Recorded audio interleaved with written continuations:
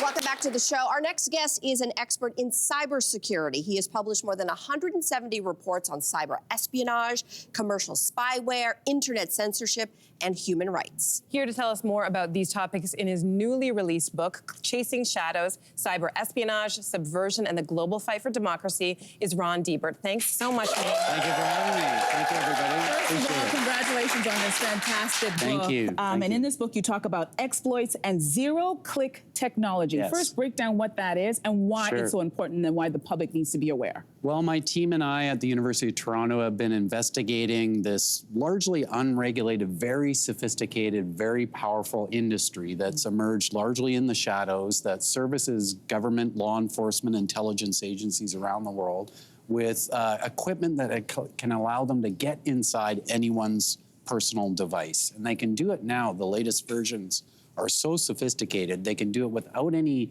visible interaction. Oh, wow. You know, we're all used to avoiding clicking on attachments or links or things like this. This industry is well beyond that. 1 minute your phone is perfectly fine, the next it's funneling data to some autocrat on the other side of the world. Very dangerous. I think many people watching will just be absolutely shocked to know that it sounds like a conspiracy theory, but it is true. It is real. You are actually a part of something called the Citizen Lab. Yes. Can you talk about what that is and what you do? So the Citizen Lab is the group that I founded at the University of Toronto. It's basically an organization made up of digital detectives. We have some of the world's best digital sleuths. So you might think of us as kind of like a CSI of human rights. We do very careful evidence-based forensic research into this industry, and we've exposed real-time cyber espionage campaigns targeting journalists, human rights defenders, and others around the world. Okay, can we dive into that a little bit deeper? Yeah. What have been some of your lab's biggest discoveries?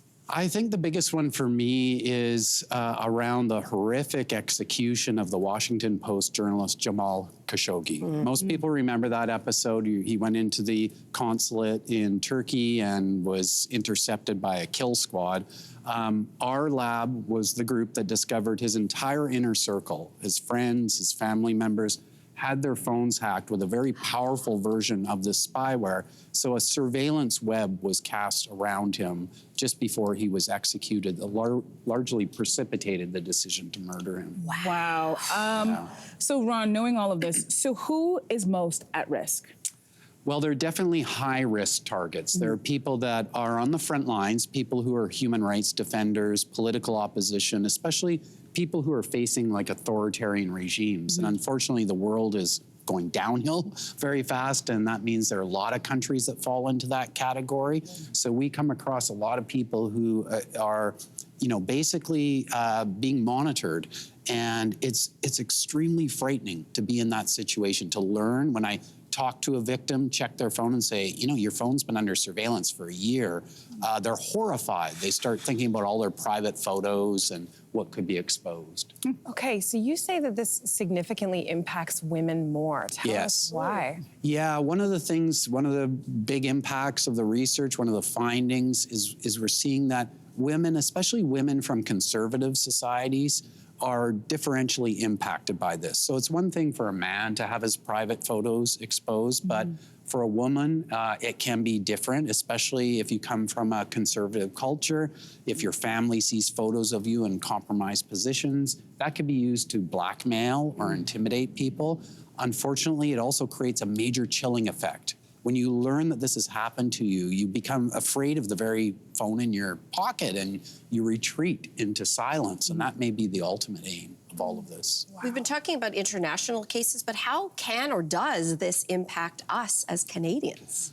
Well, you know, the world is in a pretty sad state right now. I think you've all been talking about the news lately. And I think, you know, as much as you may not be politically active, you may have friends or family members that are. We have a term at the Citizen Lab for something we call relational targeting. It's quite common for government spies to eavesdrop on the phones of children, family members, relatives in order to get at the communications or trick a principal target.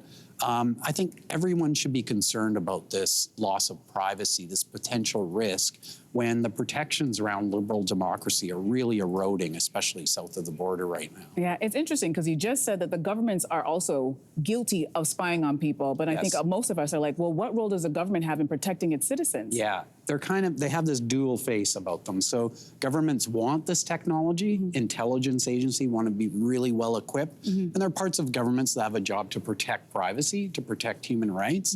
So there's a bit of a battle within most governments, liberal democratic governments anyway, and we need to continuously encourage them to be mindful about this risk and protect us all. Okay, so this makes me want to just throw my phone at the Yes, window. that's most people's reaction. Yeah. We don't want that. Okay, so besides that, what else can individuals do? Well, you know, there's a lot that everyone can do to just improve their digital hygiene. I think this is a good opportunity to reflect on, you know, what can I do to just ramp up things a little bit. There's a great resource I can recommend to everybody that's from Consumer Reports. Most people have heard about Consumer Reports. If you're looking for a blender or a stove or something, they do the ratings. They have a resource called Security Planner that we helped create for them that gives a set of personalized recommendations to improve your digital security. I'd highly recommend that to everybody in the audience. I'm just curious. Can you fight fire with fire? Are there other apps out there? Is there a digital kind of firewall that you can actually trust to kind of block your phone from peering eyes? You can actually. I have my phone set on something that Apple has pushed out in response to a Citizen Lab report actually called lockdown mode.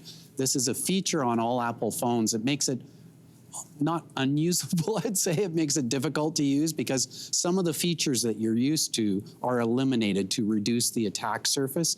We recommend that feature to all high-risk users. Okay. So lockdown mode. Lockdown mode if you use an iPhone. Right now, lockdown mode. And see, now we got to go a little. We only have a few seconds left. Yes. But it actually, like, you can switch it and go lockdown mode. Switch it to lockdown mode, yeah. And then unswitch and then turn it on again. That's right, yeah. Okay. And you know, you could use an app like Signal if you wanted to, end-to-end encrypted. Doesn't protect you from the spying that I'm talking about, but it protects you from other risks. Okay.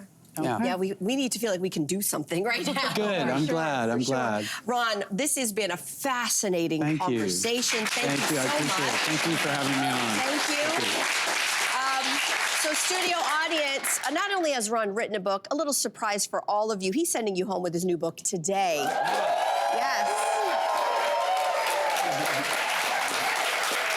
All right.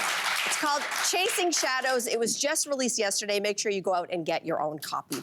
Hey, you, come a bit closer. We've got so many more must-see interviews, spicy debates, lifestyle tips, and pop culture moments. So subscribe to our channel by tapping the logo below and don't miss out.